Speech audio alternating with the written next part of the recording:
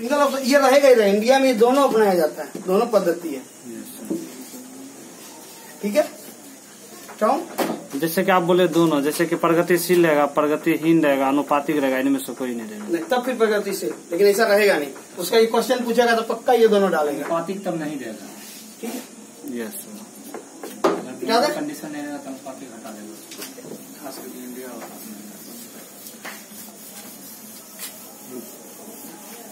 विकासशील और विकसित ना सर, ये लिखे विकासशील और विकसित, ये दोनों थोड़ा अंतर था समझना था। विकासशील मतलब जो डेवलपिंग कर रहा है, विकसित जो डेवलप कर चुका है।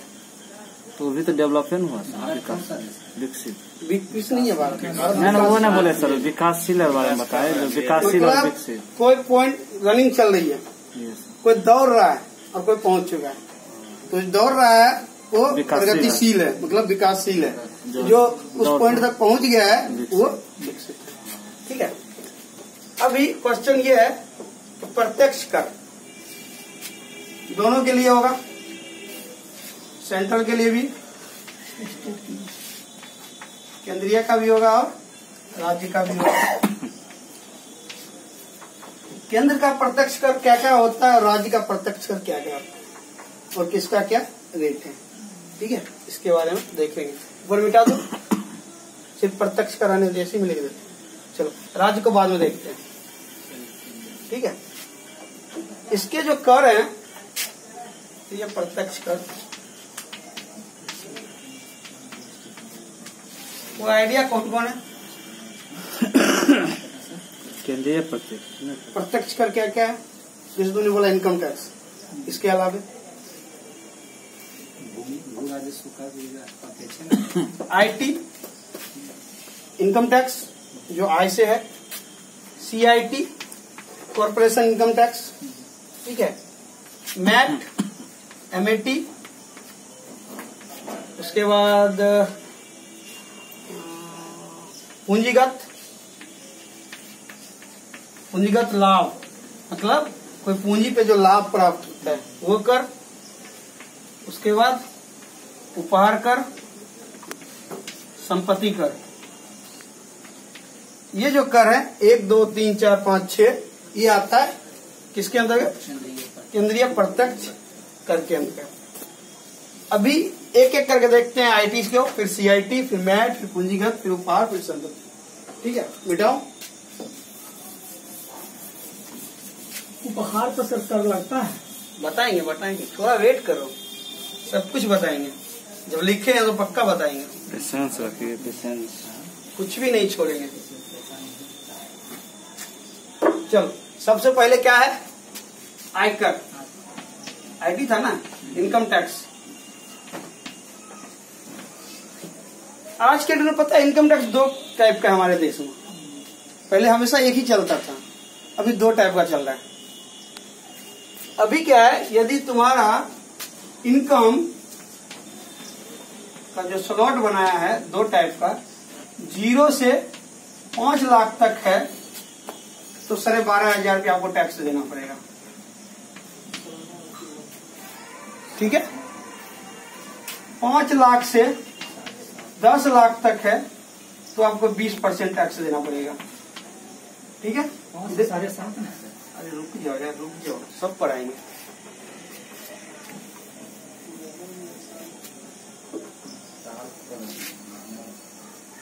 $2.5 लाख से या 0 से भी कर सकता है, वो नहीं है।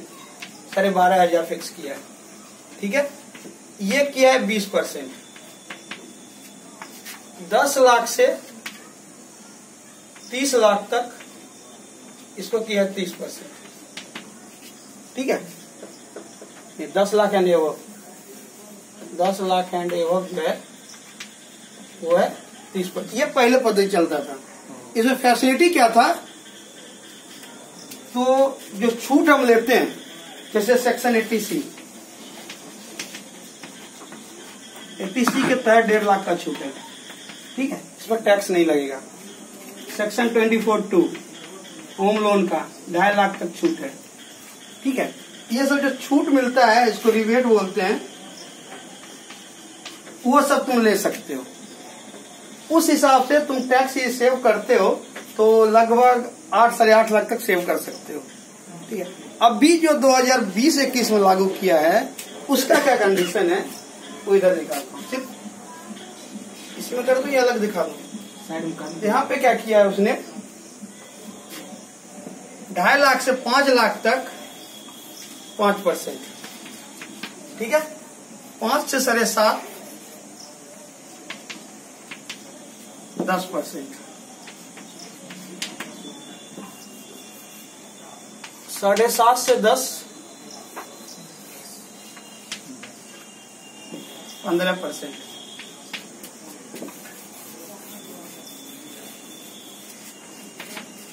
10 से 12.5 20%, और 12.5 से 15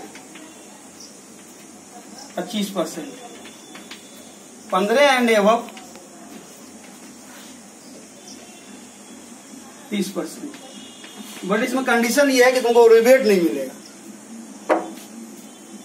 और अभी दोनों है, जो चाहे वो ले सकता है, ये मर्जी है। ये लगाओ, ये बिजनेसमैन वालों के लिए थोड़ा सही है, जिसका इनकम मतलब 7.5 लाख तक है। उस कंपटीशन में 7.5 लाख में उसको देना पड़ता था 20%, इसके अनुसार उसको देना पड़ता है 10%। ये दोनों का सेम है। ठीक है, इसमें उसके बाद ये यदि ये वाला तो ये भी सेम है, इसमें भी बेनिफिट है। 15 देना पड़ता है, उसमें 20 देना पड़ता था। ये वाला में उसको 30 देना पड़ता था, ये वाला में 30 देना पड़ता था। तो जिसको रिबेट नहीं चाहिए उसके अनुसार ये परफेक्ट है, जिसको रिबेट चाहिए उसके अनुसार वो परफेक्ट है। तो मंथली है या रिबेट कौन लेगा? क्या रिबेट कौन लेगा? अभी सर्विस पर्सनल है, वो फंड में पैसा कटाता है। ये सिविल वाले भी हैं, LIC कराते हैं या कहीं और इन्वेस्ट करते हैं, म्यूचुअल फंड में करते हैं, उसमें 1.5 लाख तक का छूट है। ठीक है, यदि तुम्हारा इनकम टोटल 6.5 लाख ही है तो फिर तुम 5% निकल जाएगा 12,500 देके, और इसमें जाएगा तो तुमको 10% देना पड़ेगा। और सिविल वाले, नौकरी वाले सिविल लोन नहीं लेते, होम लोन लोगा 2.5 लाख तक, उसमें छूट है। यदि तुम्हारी सैलरी 9 लाख तक है, 2.5 लाख प्लस 1.5 लाख प्लस 5 लाख 9 लाख तक है, तो वो वाला तुम लेता है जिसमें रिबेट है। 9 लाख तक के इनकम में तुमको जो है मुश्किल से 12% का जो है वो स्लॉट में आएगा। ये सब माइनस करने के बाद 5 लाख ही बचेगा, 5 लाख में तुमको उसमें आ जाएगा। इसमें यदि 9 लाख आएगा तो कितना देगा? 10%, मतलब वहां पे 5%, यहाँ पे 10%। तो उसके लिए बेनिफिट है, स्पेशली जो सर्विस पर्सनल है या जो पैसा इन्वेस्ट करता है। ठीक है, ये पैसा इन्वेस्ट नहीं करता है उसके लिए ये सही है। दोनों समझ में आ गया? 2 तरीके हैं।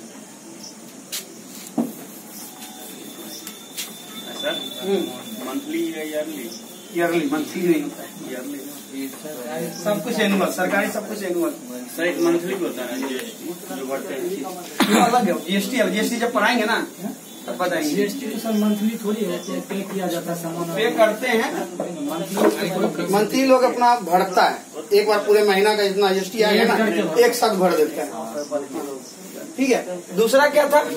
CIT किसको बोलते हैं? Corporation income tax, income tax. ठीक है, मगर इसको हिंदी में बोलते हैं निगम कर।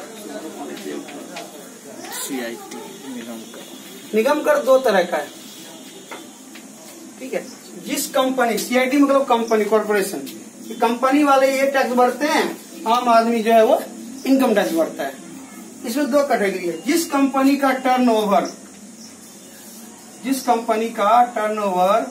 250 करोड़ से क्या है कम है, वो भरेगा 25% टैक्स। ठीक है, जिस कंपनी का 250 ओवर से अधिक है वो भरेगा 30% टैक्स। समझ गया? इतना इजी, ऐसे ज्यादा बताऊंगा तो फिर कंफ्यूज हो जाएगा। इतना सिंपल समझ ले, जिसका टर्नओवर 250 करोड़ से कम है वो 25% भरेगा, जिसका 250 करोड़ से ज्यादा है वो 30% भरेगा। 2 ही कैटेगरी। इतना ही है। और कितना टैक्स भरवाएगा रे? सब वही देगा सर, कुछ अपने में रखेगा। अभी यहाँ पे क्या लफड़ा होता है, जैसे हमसे बोला गया कि आपका टैक्स इतना आपको देना पड़ेगा, तो हमने क्या दिखाया कि हमने यहाँ पे इतना इन्वेस्ट किया, इतना इन्वेस्ट किया। सीआईटी के लिए भी सेम रूल है। रूल क्या है उसका कि वो यदि कोई मशीनरी आइटम खरीदता है तो उसपे उसको छूट मिलता है।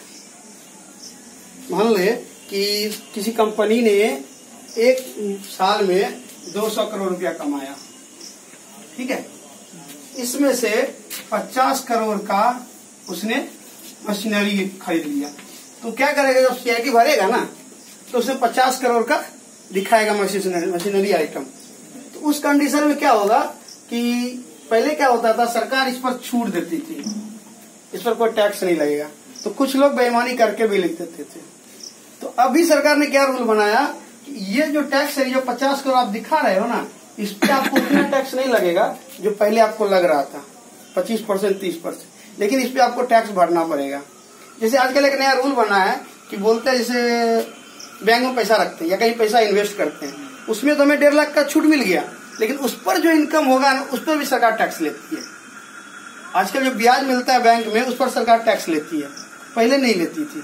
2012-13 के बाद से ये सिस्टम लाया, जब पी चिदम्बरम आया था फाइनेंस मिनिस्टर, तो उसने ये सिस्टम लाया था कि इस पर भी हमें टैक्स लेना चाहिए। तो इस पर टैक्स उसने रखा है 18.5%।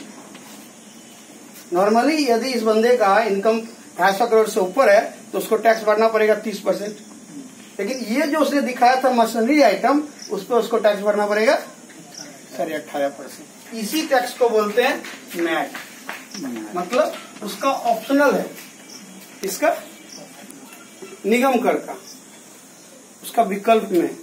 पहले निगम कर में लोग इसको बचाते थे, अभी ना बचा पाए इसलिए एक नया टैक्स जोड़ दे, इसको मैट टैक्स बोलते हैं।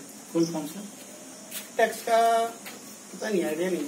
मशीनरी कंसर्न कुछ होगा सर, बोलेंगे नीचे वाला को छोड़ कर 18.5% दो, मतलब 200। अभी क्या है, ये 150 करोड़ पे उसने टैक्स भर दिया 25%, ठीक है, बट उसने कमाया 200 करोड़, उसने दिखाया 50 करोड़ जो है हमने, और सामान 50 करोड़ हमने सामान खरीद लिया, तब 50 करोड़ पे उसको बोला गया इस पर जो बंड आया, उसका जितना भी बंड आया वो पैसा यहाँ पे करेगा। ये दोनों टैक्स नहीं करता था 50 करोड़, तो फिर भी तो फायदा है सरकार का। हाँ, ठीक है, ये हो गया मैट। इसके बाद कौन सा करता, कौन सा करता, पूंजीगत, पूंजीगत लाभ। मैट का भी तो चर्चा सर इसी में होगी। हाँ? CIT इसका निगम पर में मैट का भी चर्चा है। हाँ, नहीं मतलब दोनों में पहले क्या था, निगम करता तो लोग बच जाते थे, तो उसने एक ऐड कर दिया, प्रत्यक्ष करके ही अंदर एक मैट कर लेके आ गया, ठीक है, उसको मैट बोल। इसके अनुसार पूंजीगत कर मतलब क्या समझ में आ रहा है, मतलब जैसे हमने घर खरीदा और फिर घर बेचा, घर बेचा, उसमें कितना इनकम हुआ उस पर सरकार टैक्स ली। गोल्ड खरीदा, गोल्ड बेचा, उस पर सरकार कितना इनकम ली, ठीक है। हमने कहीं पैसा इन्वेस्ट किया शेयर मार्केट में, उस पर सरकार कितना इनकम ली, उसकी कहानी इसमें की गई। इसका कहानी क्या निकाला उसने,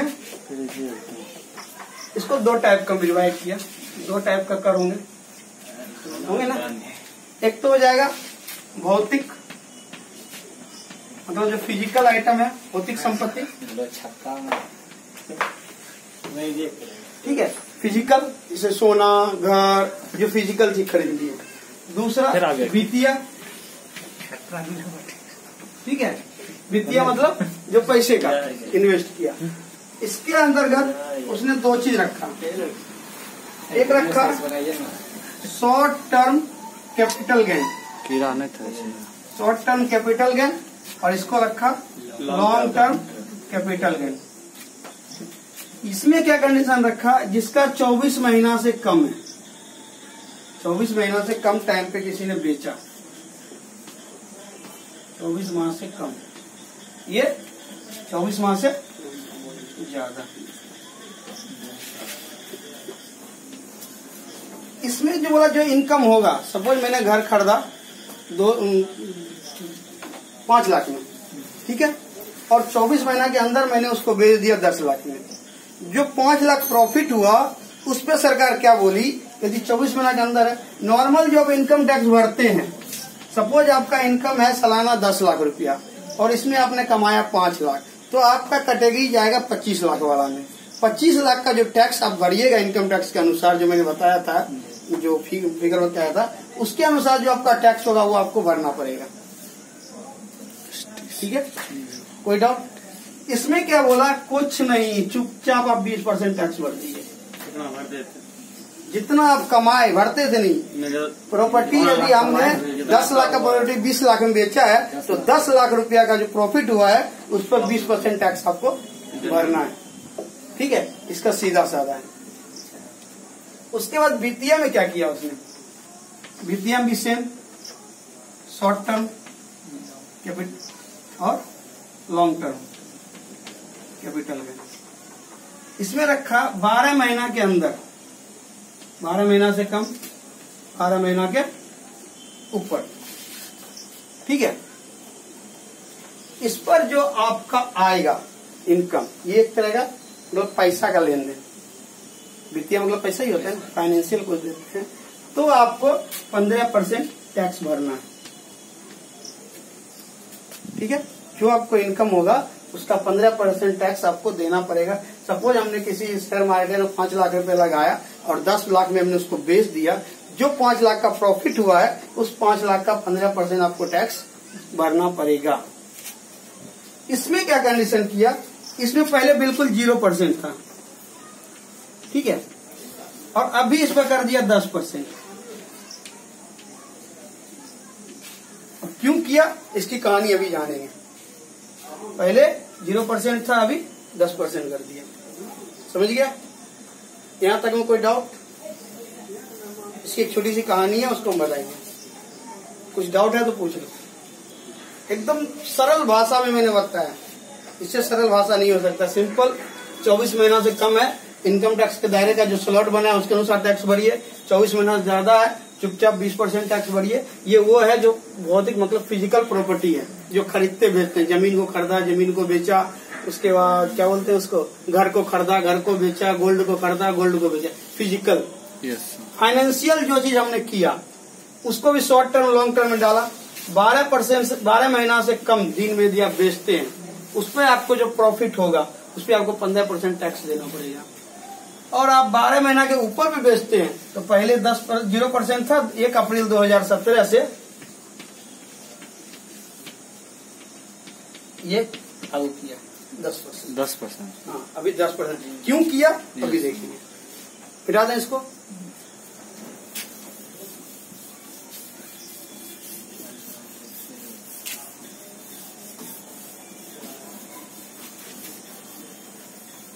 थोड़ा जल्दी कर रहे हैं क्योंकि टॉपिक बड़ा है। अभी क्या हुआ, ये इंडिया है, ठीक है, यहाँ पे मॉरिशस है, ये इंडिया है, ये दोनों एक जगह से मार्केटिंग किया, ठीक है, पैसे का लेन देन किया, समझिए। तो क्या हुआ, एक होता है DTAA, एक एग्रीमेंट है, डबल टैक्स अवॉइडेंस एग्रीमेंट, जो इंडिया ने 88 कंट्री के साथ किया है। इसका मतलब क्या होता है कि हम दो जगह टैक्स नहीं लेंगे आपसे।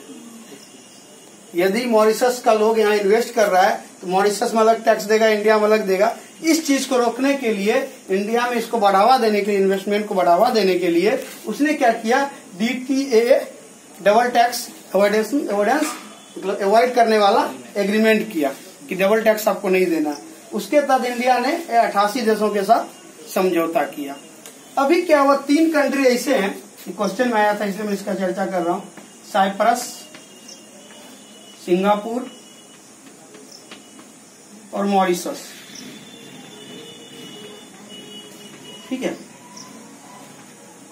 इसकी कहानी क्या हुई, ये 3 कंट्री जो है ना, ये टैक्स नहीं लेती है निवेश पे।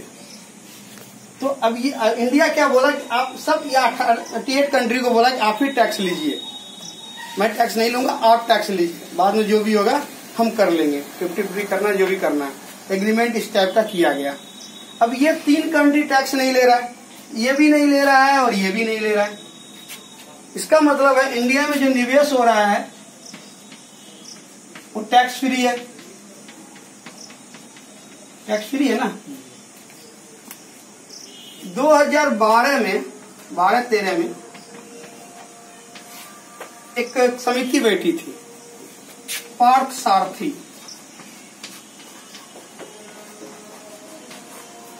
उसने एक सुझाव दिया था गार का, GAAR, general anti avoids rule.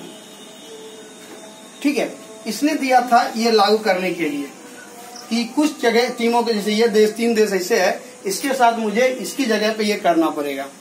लेकिन ये करने के बाद क्या होगा कि हम इसको अवॉइड करने के लिए, एंटी हो गया ना, एंटी अवॉइडेबल जो हमने बनाया था इसका ठीक एंटी है, इसमें एंटी लग गया। तो ये करेंगे तो ये लोग यहाँ पे पैसा नहीं देगा, इन्वेस्ट कम हो जाएगा। और 12-13 देश का ऐसे ही बुरा हाल था, बहुत बुरे कंडीशन से, जो 91 की कहानी याद आ रही थी सबको। तो इसने क्या बोला, पहले तो लाया, फिर बोला इसको होल्ड कर दो, अभी इसको एक्सटेंड करो, आगे बढ़ा दो, अभी मत करो। ठीक है। बाद में जब बीजेपी की सरकार आई तो 1 अप्रैल 2017 को गार को लागू किया इन 3 देशों के साथ।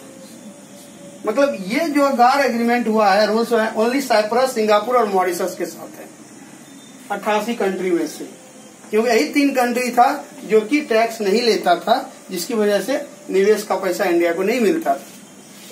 ठीक है, ये डाउट क्लियर। गार कैसे आया, किसकी जगह पे आया, DTA की जगह, ओनली 3 कंट्री के लिए। ये कौन सा, किसका बोलो, DTA, double taxation avoidance agreement. इसको जो है अवॉइड करने के, डबल टैक्स को अवॉइड करने के लिए ये लाया गया। बट डबल टैक्स इसके साथ लागू नहीं हो पा रहा था, क्योंकि ना ये लेता था ना वो लेता। इंडिया बोला था तुम लो टैक्स, 88 कंट्री को बोला कि तुम टैक्स लो, बट ये तीनों टैक्स नहीं लिए, तो बिना निवेश टैक्स फ्री पैसा हो गया। तो उसने क्या किया, ये ला दिया। क्वेश्चन आया था गार, जो गार है वो किसके साथ किया गया, कौन से कंट्री के साथ, तो ये 3 कंट्री एंड ऑल लिखा था, इनमें से कोई नहीं, 5 ऑप्शन था, 1 2 3 सभी कोई नहीं। तो याद होना है ये 3 कंट्री का। एक जगह क्वेश्चन ये आया था, DTA की जगह कौन सा रूल्स आया या कौन सा मतलब एग्रीमेंट टाइप का आया जो इसके गार की जगह किस एग्रीमेंट को रिप्लेस किया। तो पता होना चाहिए DTA की जगह आया गार, ओनली फॉर 3 कंट्री। ठीक है, अभी 5 मिनट का ब्रेक है, फिर फटाफट आगे बढ़ेंगे। ठीक है, पानी उनी पी लो। तो सर 85 की जो बचा दे बंद कैसे करते हैं सर? होगा, बंद कैसे करते हैं?